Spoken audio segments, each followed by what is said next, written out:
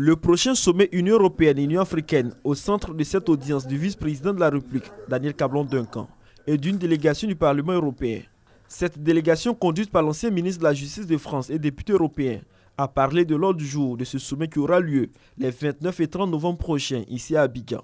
Nous avons discuté des enjeux de ce sommet, dont l'ordre du jour qui a été fixé, non sans difficulté, mais tous les pays africains se sont mis d'accord avec l'Union européenne pour évoquer comme sujet principal celui de la jeunesse. Et le thème de la jeunesse reprend toutes les thématiques qui concernent l'Afrique, que ce soit la lutte contre l'insécurité, donc la lutte contre le terrorisme, que ce soit la lutte contre la radicalisation, mais également pour que ce soit l'avenir de cette jeunesse en termes d'emploi, de formation, d'éducation. Et il y a des propositions très ambitieuses et très concrètes qui vont être mises sur la table. La délégation a aussi fait cas des progrès économiques du continent africain, avant de souhaiter la redéfinition d'un nouveau cadre de coopération au niveau du commerce entre l'Afrique et l'Europe. Ça peut être sur la simplification des normes, ça peut être sur un environnement politique qui recrée une dynamique, un partenariat qui soit un partenariat bien sûr économique, durable, mais avec certaines valeurs, des valeurs humaines, des valeurs en termes qualitatifs et de qualité également, puisque nous sommes très attachés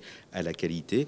Voilà, c'est comment essayer d'améliorer un existant avec peut-être une nouvelle stratégie, parce que le monde d'hier n'est pas le monde d'aujourd'hui. La deuxième délégation reçue par le vice-président de la République, Daniel Kablan-Duncan, est conduite par Saïd Zarou, directeur général de Machik Ahmed, structure marocaine en charge de l'aménagement de la baie de Cocody. Au cours de cette audience, il était question d'un projet de développement qui serait réalisé dans la ville de Grand Bassam. Vous savez, il y a le projet de l'ouverture de l'embouchure du Grand Bassam. Quand il y aura cet investissement important pour la recirculation des eaux au niveau de la lagune des Briers, mais il faut en profiter aussi pour que la ville de Grand Bassam profite de cette infrastructure pour créer un port de plaisance, port de pêche et surtout travailler sur cette ville aujourd'hui classée à l'UNESCO.